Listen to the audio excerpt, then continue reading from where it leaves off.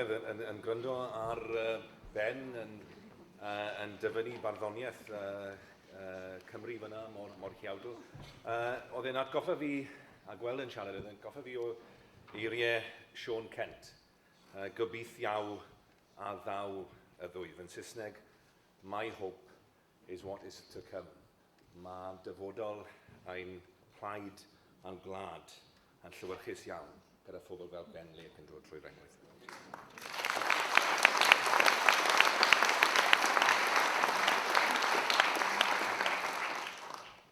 Oedd Simon Brooks yn gynharach y bore yma wedi cyfeirio at yr hanesydd Eric Hobsbawm, ac oedd Hobsbawm yn hoff iawn o gyfeirio at y Gymru fel cenedl hwyr. Oedd e wastad yn taro fi bach yn od, yn ystyried dros bosib ar ynys y cewri, ni oedd y genedl hynaf. Ond erbyn hyn, a hithau yn 2017, dwi wedi dod i'r casgliad ein bod ni yn genedl hwyr wedi'r cwbl. Hwyr i ennill yn ryddid, rhywbeth mae'r Gwyddelod wedi llwyddo i wneud 100 mlynedd yn ôl. Hwyr i adfywhau yn iaith yn gyflawn, rhywbeth mae'r Cataloniad wedi wneud yn drwyadl a'r Basged wedi dechrau arni yn ddiwyd. Hwyr i drydaneiddio hyd yn oed milltir o'n rwydwaith y reilffyrdd, neu hyd yn oed cael cysylltiad uniongyrchol rhwng de a gogledd o fewn ein gwlad ein hunain. Hwyr i ddysgu, ein hanes ein hunain i'n plant.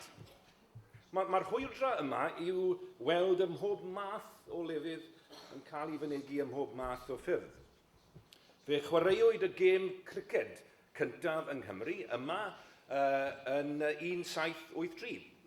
Ymhell gyn y gêm cyntaf yn unrhyw un o'n mabolgampau eraill.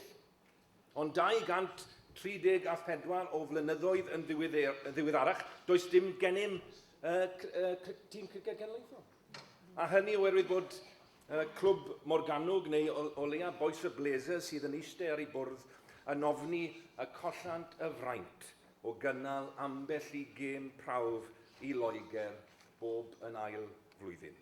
Sôn am werthu dy enedigedd fraint am gawl ffacbus, dyw gwisgo tei ddim yn dy neidi yn llai teiog.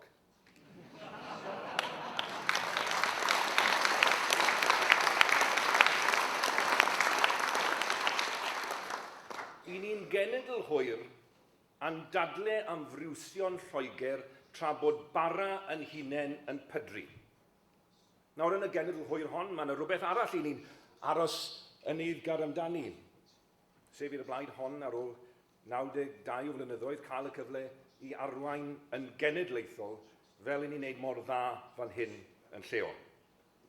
Mae yna lwyddiannau diri i ni'n medru restru, yn arbennig o ystyried taw gwrthblaid i ni wedi bod trwy gydol yn amser bron i gyd.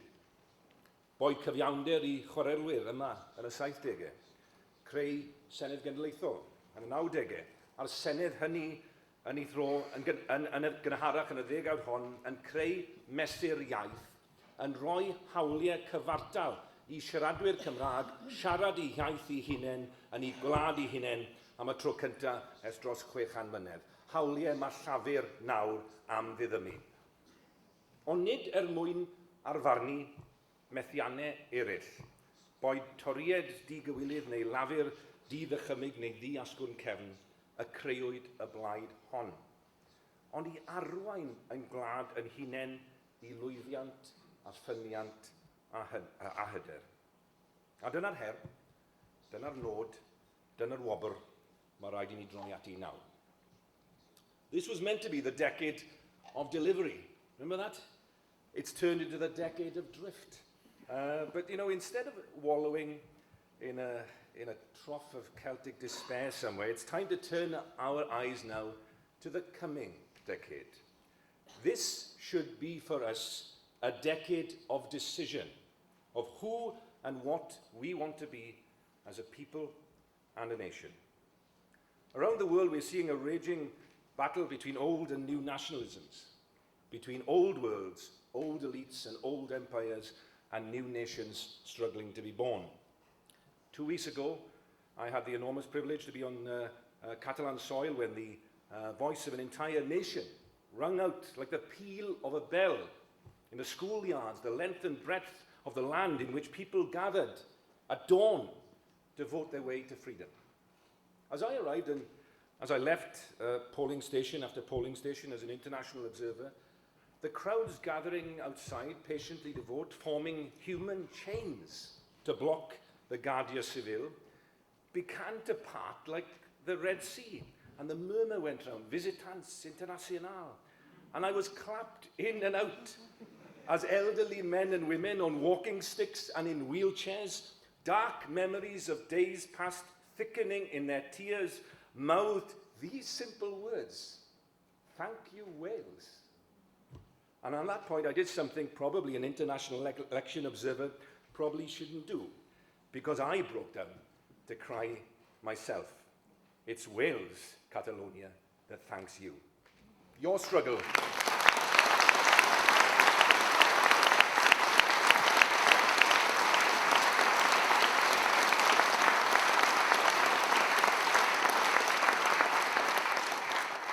Your struggle is our struggle. It is humanity's struggle, the eternal struggle for dignity, liberty, and self-respect. The late, great Martin Luther King, in The Birth of a New Nation, his great sermon on the independence movements that swept away the British Empire, said that the long story of history was the internal desire for freedom from within the soul of every man. In that sermon that I urge every one of you to read, he uses the biblical story of the Exodus from Egypt to Canaan as a universal metaphor of liberation, a yearning for the promised land, inscribed in our own history and geography here in Wales, from Bethlehem to Nazareth to Nebo, from Carmel to Bethesda to Bethel. There is something in the soul that cries out for freedom, Martin Luther King said. There is something deep down within the very soul of man that reaches out for Canaan. Men cannot be satisfied with Egypt. Many men have vested interests in Egypt. Remember those cricket club ties? And they are slow to leave. Some people profit by Egypt. But the vast majority are never content with it. And eventually they rise up and begin to cry out for Canaan's land. Now, if we're to build our own Canaan, the new nation that Leanne talked about so movingly yesterday, then we will need a new nationalism. We will need a nationalism that is less about the fulfillment of an ancient promise and more the fulfillment of our future potential. We'll need a national movement that is broad, not narrow, because a small nation cannot afford the luxury of sectarian or parochial division. If you want to see Wales prosperous and free, then brother and sister, your place is here by my side, by our side, striving together for the country we want to be.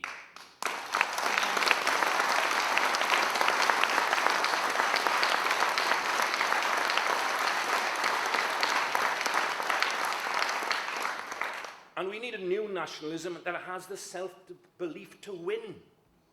You know, this is already happening, albeit on a small scale. Little victories that are harbingers of the larger successes to come. Here in Gwynedd and Ynys Môn, we've already introduced the locals-only market for new housing for the very first time in Wales on the Lake District model. As Shadow Finance Minister, over a period of just 15 months, through 2 budget agreements, I was able to achieve, together with the group, something that no opposition party has been able to achieve since the beginning of devolution. And few opposition parties have been able to boast the delivery of in part or in full, of over half our major manifesto commitments from 2016. A young entrance scheme for farmers, the creation of Arfor, a new economic powerhouse here in the West, the abolition of the Cleddau Bridge tolls. These are just a few of the instances where we changed government policy in Wales for the good of Wales. Now, what did the Tory so-called opposition have to say about this? Well, here's a snippet from earlier in the year from the BBC. Welsh Labour ministers should act to scrap tolls on a Pembrokeshire bridge, the Conservatives have said. Tory Transport spokesperson Russell George accused the Welsh Government of hypocrisy given its view that Severn Bridge tolls should be abolished. Is that the same Conservative Party that lambasted that budget agreement that actually did get rid of those Cleddau Bridge tolls? We've achieved more in 15 months than they have achieved in 15 years. Who are the hypocrites now, I wonder? Now, the Conservatives have recently been accusing me of cooking up a tourism tax. Now, I know that my dulcet West Wales tones are difficult for some to penetrate, but what I'm actually in favour of is a Toryism tax. A tax...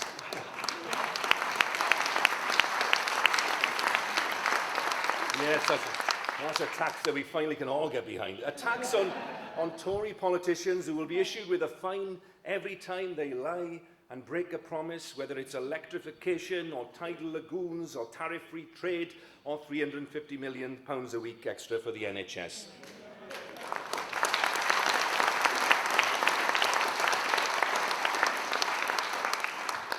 We'll tax Alan Cairns until the pips squeak.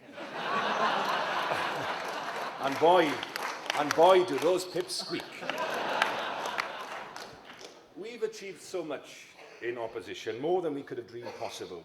But imagine how much more we could achieve in government. So let's fix our eyes now on that horizon. We have a nation to persuade that there is a different way, a different Wales that is as yet unborn.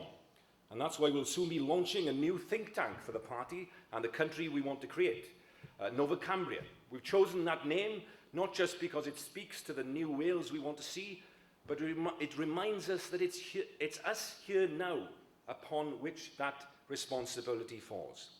Nova Cambria was the name given to the first attempt to create a new Wales in foreign climes, some 15 years before Wladfa, when Thomas Benbow Phillips of Tregaron attempted to create a Welsh utopia not in the Patagonian desert, but in the tropical forests of Brazil. What we lacked as a nation in terms of geographical knowledge, we clearly never lacked in optimism. The weather was a little bit different to Tregaron, I think it's first thing to say. But you know, here's the thing. We've exported our talent, our hopes, our dreams for too long as a nation.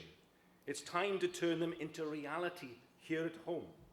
So over the next few months, we will task Nova Cambria with working up the detail of the kind of bold, original ideas that we want to see at the heart of the Plaid Cymru government programme of 2021, in which I hope to serve. These ideas are based on the things you as members and supporters have been telling us as elected members you want to see in the new Wales we will begin to build. That means calling an end to free cash for foreign-owned companies to little or no long-term benefit to the Welsh economy, ensuring all future support to business is channeled through an independent development bank, investing in Welsh-based businesses, not through grants, but through loans and long-term equity investments.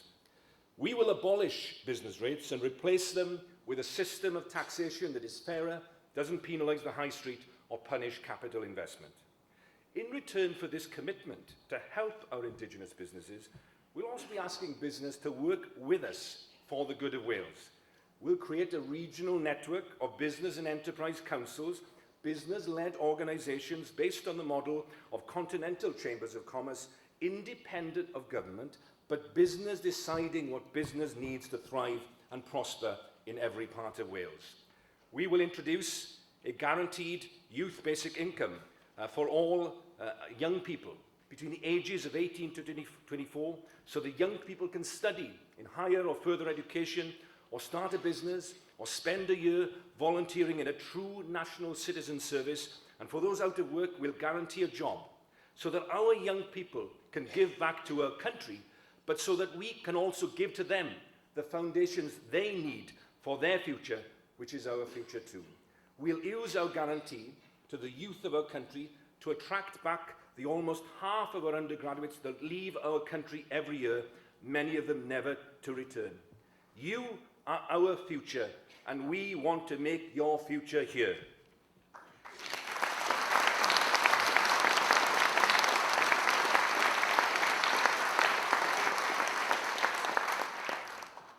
create financial security for the young as the surest foundation for them to build up their productivity, build on their creativity, and together build prosperity for all.